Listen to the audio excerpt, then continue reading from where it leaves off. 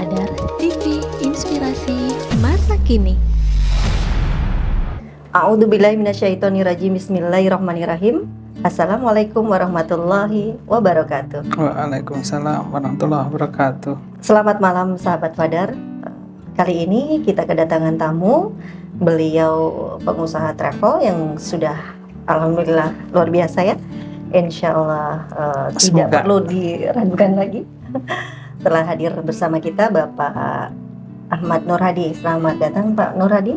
Selamat datang. Sehat ya Pak ya? Alhamdulillah. Masya Allah. Baik sahabat Fadar yang dirahmati Allah, kali ini kita akan mengupas banyak hal terkait umroh Ramadan Bapak. Baik itu awal Ramadan, tengah Ramadan, akhir Ramadan maupun full Ramadan. Saya pikir kita sama-sama bergerak di bidang umroh haji ini tentunya punya beberapa paket ya Pak ya. Ya. Nah kita mau memberikan informasi kepada sahabat Fadar di seluruh Indonesia, barangkali ada triknya seperti apa, bagaimana mappingnya untuk para customer itu sendiri, dan beberapa tips yang aman, nyaman, dan banyak hal yang terkait dengan umroh di Ramadan sampai Syawal insya Allah Pak ya, sebelum musim haji tiba. Baik, kali ini mungkin kita akan kupas yang pertama adalah umroh awal Ramadan, dan ini hari yang ketiga ya Pak ya, di bulan Ramadan. Insya Allah saya melihat ada beberapa paket dari travel yang kita jalani ini. Ada program berapa hari Pak kalau yang masih available? 9, 12 atau? Semuanya masih available sebenarnya. Tinggal kita dalam meramu paketnya kan gitu. Assalamualaikum warahmatullahi wabarakatuh. Waalaikumsalam warahmatullahi wabarakatuh. Alhamdulillah kita bisa bersilaturahmi di Fadar, luar biasa. Kita diundang sama Travel Fadar, sebuah kehormatan bagi kami. Jadi umroh Ramadan itu sebenarnya umroh langganan sebenarnya. Biasanya yang berangkat di Ramadan itu bukan jamaah-jamaah baru. Kalau jamaah-jamaah baru itu biasanya ambil di low seasonnya di awal musim, di Januari. Tapi kalau yang Ramadan itu biasanya adalah jamaah-jamaah langganan, jamaah-jamaah repeater. Jadi sebenarnya kalau di dalam bisnisnya, kalau mau membuka paket Ramadan sebenarnya harus jauh-jauh hari. Yang menarik itu sebenarnya kalau di travel itu bagaimana umroh itu yang penting kena tarawehnya, kena Ramadan di sana. Itu juga bisa, itu paket menarik itu. Misalnya kena 2 kali taraweh, 3 kali taraweh. Jadi secara cost nggak terlalu tinggi karena yang high seasonnya itu kan cuma kena 2 atau 3 hari. Itu juga kalau dibuat paket menarik. Terus kalau ada yang memang jamaah itu pengen Ramadan full, pengen rasain ya Ramadan di Madinah, Ramadan di Mekah, ya itu ada juga. Jadi kita harus 3 paket lah Ramadan itu harus punya. Pertama memang umroh yang kena Ramadannya, karena diharapkan secara kos akan tidak terlalu mahal. Yang kedua adalah umroh memang ada jamaah yang memang keinginannya itu memang di Ramadan. Jadi ngerasain umroh di Ramadan di Madinah dan Ramadan di Mekah. Yang terakhir adalah paket Lailatul Qadar. Itu Ramadan 10 hari terakhir kan tuh, last 10 days memang di Mekah. Memang agak mahal. Cuman itu biasanya itu ada pangsa pasarnya sendiri. Ada pangsa pasarnya 2 itu. Ada yang backpacker, ada yang normal reguler. Ya kalau backpacker nggak pas sih sebenarnya. Kita bisa istilahkan umroh iktikaf kan gitulah. Kalau backpacker itu kayak ke Eropa, gitu ya, rame-rame atau gimana, yang bagaimana nggak kali itu menjadi kosnya nggak terlalu tinggi kan gitu. Itu ada pasarnya sendiri itu, dan memang pasarnya yang 10 hari terakhir itu biasanya mereka itu jamaah yang tiap tahun memang maunya itu, saya 10 hari terakhir. Ada keyakinan tersendiri mungkin mereka ya, ambil mungkin salah satunya adalah pahalanya barangkali seperti itu? Atau Ya, tidak? kalau itu pasti itu. Kalau pahalanya pasti itu. Jadi kalau itu nanti ya mereka sudah pada ngerti. Sebenarnya mereka sudah pada paham di situ karena mereka memang berharap fadilahnya Ramadan kan gitu. Jadi itu rata-rata yang umroh Ramadan itu umroh yang jamaah yang bukan jamaah baru. Iya. Jamaah Jadi repeat order ya, yang repeat sudah order. langganan Jadi seperti itu ya. kalau saran kami kalau memang paket Ramadan kita jualnya jangan dadakan jauh-jauh hari aja. Betul. Kan jauh-jauh hari mulai dari awal musim itu kita sudah menjual paket Ramadan itu. Jadi pasarnya kan mereka biasanya mereka yang berangkat di awal musim pun ingin Ramadan ingin berangkat lagi kan gitu. Oke, baik Pak. Jadi ada beberapa calon jamaah itu suka menanyakan ke kami, kok paketnya mahal ya gitu kan. Jadi bagaimana cara menjelaskan ke mereka mahal atau tidak mahal itu artinya ada patokannya kan gitu ya. Seperti itu, karena banyak sekali yang kita ketahui bersama bahwa di luar sana gitu ya, itu banyak yang menjual paket Ramadan itu saya lihat tidak masuk akal gitu loh Pak. Nah, mungkin ini adalah salah satu tips atau saran barangkali ya ke teman-teman, ke calon-calon jamaah gitu kan, apalagi pesyiar Baitullah ya.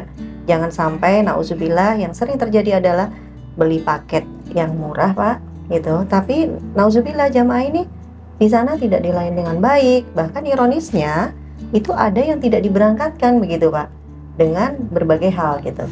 Misal pun diberangkatkan ada nambah lagi biaya gitu kan Pak ya. Jadi mungkin tipsnya dari Bapak supaya mereka tidak terjebak ke hal-hal atau harga-harga yang memang sudah dipublish yang sangat murah seperti itu.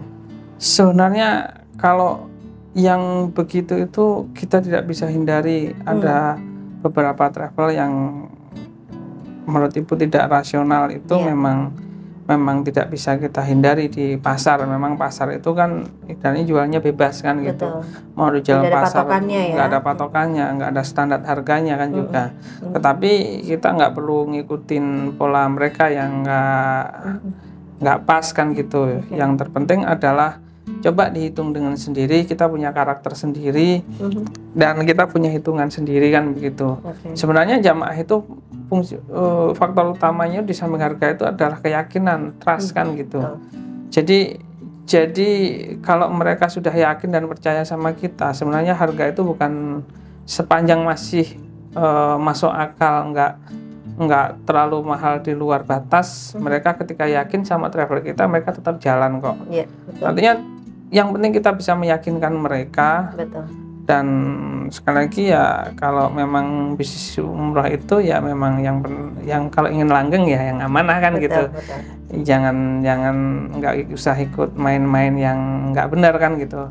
Prinsipnya itu aja sih sebenarnya. Jadi kita bisa meyakinkan ke jamaah. Misalnya kalau ngomong 10 hari terakhir, memang hotel di Mekah itu yang paling mahal itu 10 hari terakhir kan. 10 hari terakhir itu biasanya paket di Mekah itu. Mulai tanggal 21 sampai akhir Ramadan atau awal Syawal itu sudah dijual paket kan gitu.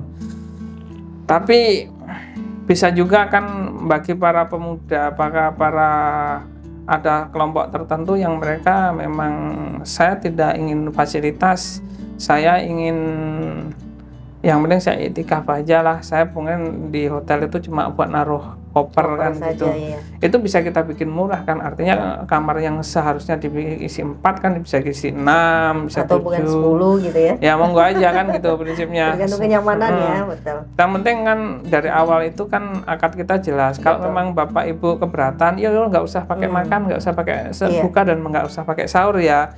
Yang penting kita tempatin kamar aja. Ya kalau sudah sepakat sama jamaah, saya pikir nggak ada masalah kok. Betul.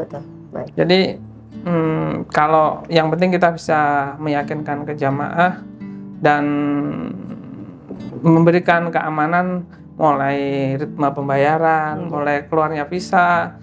Jadi apapun yang terjadi itu harapan kami kalau memang memang kita sebagai penyelenggara visa sama tiket itu dikasihkan lebih dahulu kan begitu.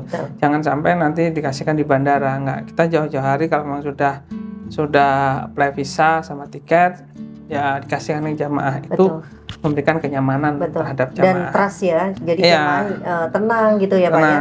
Tidak ada pikiran-pikiran yang negatif. Kalau seperti itu. Kalau toh bisa dapat confirmation letter hotel ya kasihkan juga sekalian. Jadi kita kadang itu kalau jamaah minta ini hotelnya apa, ini ya kadang mereka nggak percaya aja, jangan-jangan bukan ini. Ya minta aja confirmation letter hotel. Oh ini kode bookingnya hotel dan sebagainya. Artinya itu akan memberikan kenyamanan terhadap oh saya nggak bakal ditipu, ini tiket sudah ada, visa sudah ada, hotel sudah ada, nyaman, bahagia, ya, tinggal nunggu keberangkatan saja ya. Iya gitu. Baik ya. Jadi begitu sahabat Fadar semua yang dirahmati Allah, ada beberapa hal yang memang kita bila mana ingin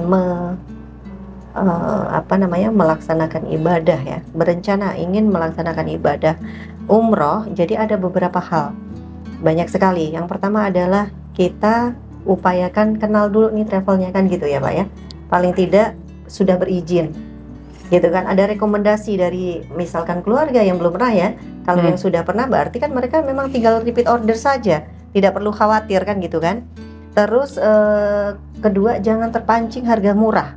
Jadi harus dicek dulu bagaimana nih travelnya, yaitu kan mungkin kalau sekarang itu bisa dicek by medsos ya Pak ya, dari IG gitu kan, dari testimoni, walaupun itu juga tidak menjadi patokan gitu kan ya, karena hal itu bisa dikondisikan gitu kan, seperti itu. Jadi saran kita sih sebaiknya memang harus waspada, harus hati-hati, jangan sampai kita terjebak kepada harga yang murah tapi tidak amanah tadi, seperti itu ya Pak ya. Sebenarnya murah atau mahal itu bukan patokan Bu sebenarnya. Kalau mau niat jahat mau mahal juga bisa aja kan gitu ya. Betul. Jadi sebenarnya Kementerian Agama sudah ngasih patokan ngasih rambu-rambu yang disebut 5 pasti umroh itu. Betul. Sebenarnya kalau kita taati itu insya Allah nggak ada jamaah yang terjebak oleh travel yang tidak bertanggung jawab. Sebenarnya kalau kita kasih travelnya berizin itu kan bisa kita buka di websitenya Kemenak Umroh Cerdas itu kan ya. Umroh Cerdas itu kan ada berizin atau enggak. Yang kedua ada paketnya sudah jelas. Nah, yang ketiga itu tiketnya. Terus yang keempat visanya. Yang kelima hotelnya. Itu sebenarnya kalau sebelum berangkat sudah bisa keterima itu insya Allah nggak ada masalah. Bahkan ya? kita juga bahkan kita begini, nggak usah dibayar lunas dulu ke kami kan gitu. Tinggalin aja 25% misalnya. Sebelum ini saya beresin semua tiket, bisa saya beresin. Kalau sudah beres baru kalian membayar pelunasan sebelum pemberangkatan. Misalnya kita seminggu sudah kita beresin tiket sama visa, sama hotel dan semua kita beresin. Ini Pak sudah kita beresin, maka Bapak tinggal pelunasan. Kan itu jamaah mau melunasi itu sudah nggak was-was lagi kan. Saya sudah berangkat, terlanjur di rumah nyembelih kerbau sampai bandara pulang lagi ya. Itu kasus banyak terjadi kalau jadi Pak. Bukan masalah kerbaunya, kadang malunya yang nggak tertahan. Betul. Iya, oke sahabat Fadar, jadi kita revisi tadi kalimat saya adalah bahwa murah itu tidak berarti murahan, tidak berarti itu murah itu tidak amanah. Jadi kebanyakan pada umumnya yang pengen saya sampaikan adalah masyarakat Indonesia ini gampang kepancing harga murah, tapi mereka tidak recheck dulu gitu loh. Itu yang jadi persoalan. Jadi 5 pasti itu harus sesuai aturan dari Kemenak seperti itu. Apalagi kita bisa kenal langsung dengan ownernya ya Pak ya. Itu lebih enak, lebih nyaman. karena yang banyak bermasalah itu sebenarnya bukan kadang pusatnya, tapi adalah cabang-cabangnya, Iya. agen-agennya yang bermain Iya. seperti itu ya Pak ya, kurang lebih seperti Makanya ada satu catatan lagi, sebisa mungkin adalah kalau kita pernah memberikan sebuah edukasi terhadap calon jamaah bahwa pembayaran yang sah adalah pembayaran yang melalui rekening perusahaan. Betul, yang resmi. Betul. Ini tujuannya adalah jangan sampai jamaah-jamaah itu nanti uang dibayar ke agen nggak disetorin ke pusat. Betul. Artinya pusat nggak merasa menerima uang. Nggak merasa menerima uang. Lah, bagaimana mereka nuntut kita untuk memberangkatin uang di agen? Makanya kita berpesan sama teman-teman yang penyelenggara travel, sebisa mungkin ada sebuah not bahwa pembayaran sah adalah pembayaran yang melalui rekening perusahaan. Di luar rekening perusahaan tidak diakui sebagai pembayaran. Itu akan menjadi aman, sehingga ketika terjadi masalah trackingnya jelas gitu. Betul. Jadi travel bisa, oh iya ada transaksi atau ada transfer tanggal sekian-sekian miliknya saudara ini, saudari ini. Betul. Itu bisa secara institusi travel bisa tanggung jawab. Tapi kalau uangnya di agent nggak disetorin, bagaimana travel tanggung jawab kan gitu. Ya, betul. Mungkin pesan saya ke teman-teman yang pelaku travel haji dan umroh, ada notnya itu pembayaran sah melalui rekening perusahaan, bukan rekening pribadi. Oke, baik. Jadi ada satu poin yang memang harus sahabat-sahabat semua itu pahami ya, harus hati-hati. Kita kalau mau cari aman, transfer ke rekening perusahaan dan diverifikasi bagian keuangan. Misalkan setelah transfer, telepon ke CS-nya. Apakah betul nomor rekeningnya adalah ini, ya kan Pak ya? Sudah transfer, apakah sudah masuk dananya, betul atau tidak sebelum transfer, itu juga sangat diperlukan ya Pak ya. Jadi ada case seperti ini Pak. Ini salah satu perusahaan sudah PIHK. Mohon maaf saya tidak perlu sebutkan namanya. Beliau ceritakan ke saya sendiri bahwa nomor rekeningnya itu sama, nama PT juga, tapi nomornya beda gitu. Nah itu disinyalir ada oknum orang dalam yang bermain gitu loh. Saya tidak tahu percis seperti apa persoalannya, apakah itu bisa terjadi gitu kan? Nggak tahu ya, tapi sebenarnya kalau transfer ke kita ketik nomor rekening itu di sistem sudah akan muncul kok. Iya, maksud saya rekening yang sudah terdaftar di sistem umroh cerdas gitu kan? Itu baru yang betul kan gitu? Enggak juga Bu. Oh itu tidak nomor rekening tidak masuk ke umroh cerdas kan? Enggak masuk. Oh tidak ya. Okay. Jadi pokoknya jadi diakui ya. Pokoknya atas nama gitu ya? atas nama PT itu misalnya PT Fadar Dian Karomah ya. Lengkap sesuai dengan itu yang disampaikan selesai. Cuma ada juga nanti ada, kalau ada yang hati-hati belakangnya itu Fadar Dian Hasanah misalnya gitu ya. Kan mereka hanya lihat Fadardiannya kan ya. Ini yang harus dihati-hati.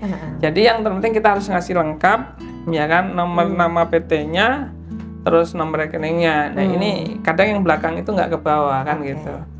Jadi ada juga di travel temen juga namanya sama. Belakangnya yang beda Pak Logonya sama.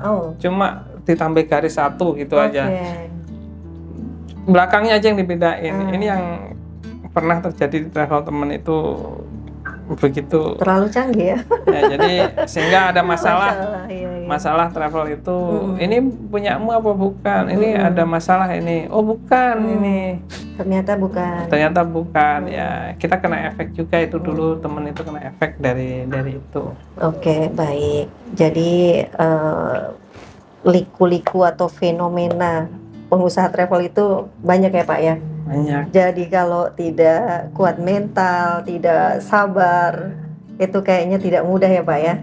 Melayani banyak karakter, banyak umat yang Masya Allah ya, kita sendiri pun kadang-kadang pelaku ya kan, di bisnis ini suka bingung gitu kan. Kita tuh perasaan udah melakukan yang terbaik ya, tapi kalau kok masih aja seperti ini gitu.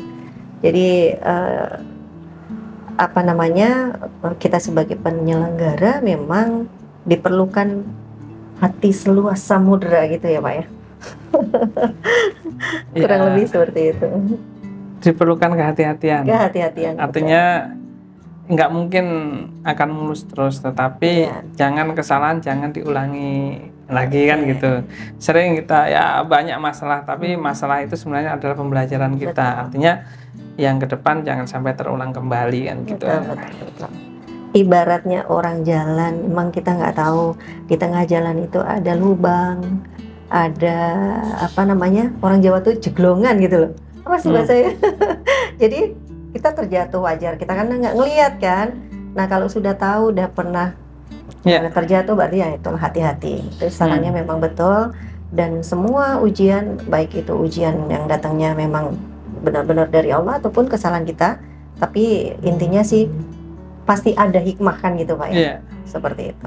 Baik sahabat Fadar, saya rasa bincang-bincang kali ini kita cukupkan.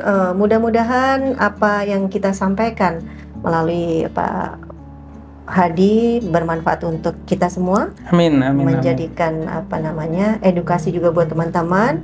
Amin. Barangkali nanti ada teman-teman yang masih belum puas jawabannya, bisa nanti ditanyakan ke kolom komentar atau telepon ke CS Fadar.